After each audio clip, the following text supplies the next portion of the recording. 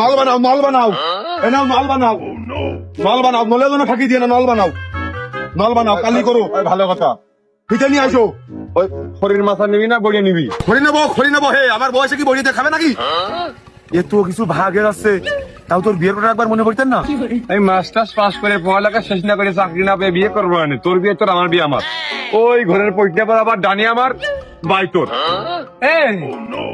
তাহলে আমি কোনে থাকবো? তুমি গোয়ালিমার চকি বেঁধে নিবা। ও তাহলে ওইটাই ভালো হবে না। তাহলে আয় চল ওদিকে যাই, আয়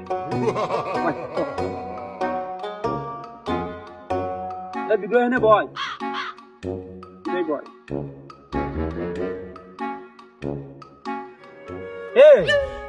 গোয়ালি যে আমার সুতি কলি, ওই গোয়ালি তোর কোন মার ভাতার হচ্ছে চকি কিনে দিয়ে গেছে। আরে ওনে তুই গোয়ালি আমার দিয়ে দিলি, জায়গা আমার, জমি আমার, ঘর আমার, আর আমি থাকবো গোয়ালি। কে রে বিয়ে করবে? ও তোমার সম্পত্তি টাকা পয়সা কি কায়দায় নারী জাতির পিছনে ঢেকে নষ্ট করতে যাচ্ছে। নারী জাতির ছলনায় পড়ে মানুষ কিভাবে ধ্বংস হয়ে যায়, কি কায়দায় আমাদের এই কষ্টের আয় করা টাকা কেন আমরা একটা মেয়ে বলতে এখানে কেন খাওয়া দেবে, কেন তার রোগ ব্যাধি আপনার সেই চিকিৎসা করা দেবে, কেন তার জামা কাপড় আমরা কিনে দেবো? যার মেয়ে তার ভালো রেস্ট না, বিয়ে কে এখনই করতে হবে? বিয়ে কে আমরা মেয়ে দুদিন হয়ে যাচ্ছে নাকি? বিয়ে পরে করা যায় না? ও বিয়ে শাদী করে আব্বা তোমার আলাদা করে কি করে ওই মেয়ে মানুষ যে তোমার মুখ রাখতে মারা যায়, সেই লাইন কিন্তু আব্বা করতেছে। মেয়ে মানুষ ঘরে আনা মানে দুনিয়া নেটা টেনে নিয়ে চলে আসা, ও একটি বার বুঝলো না আব্বা। তার মানে সম্পত্তি ভাগাভাগির নেটা।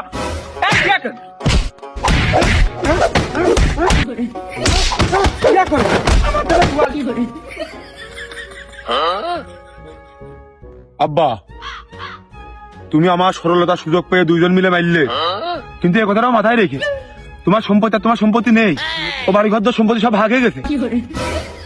কখন? কাল সন্ধ্যের সময় ওই দলিলি দেখলাম তুমি আমার নামে। আমি কাকাই তো তোমার এই বড় সন্তান আর এই ছোট সন্তান ভাগ করে দিল, দেখলে না? সন্তানের মরে ও শালারা, ওই জমি কি তোমাকে বাপের যে ভাগ কেড়ে নেছ? আমি তো জানি জমি তোমারই, দাদা মনে হয় ভুল করে তোমার নামে লেগে গেল। তা আমার নামে জমি কিডা লিখে দিল? কোনো উপায় না পেয়ে মনে হয় তোমার আব্বা তোমার নামে লিখিল। তা তোর কি দাদা? তাহলে আব্বা ডাকার হিসেবে তো তোমারই দাঁড়াই। তাহলে জমি ডাকার দাঁড়াবে তোমারই। এই শালা, তাহলে তুলা ভাগ করার কিডা? হ্যাঁ, তুলা ভাগ করার কিডা?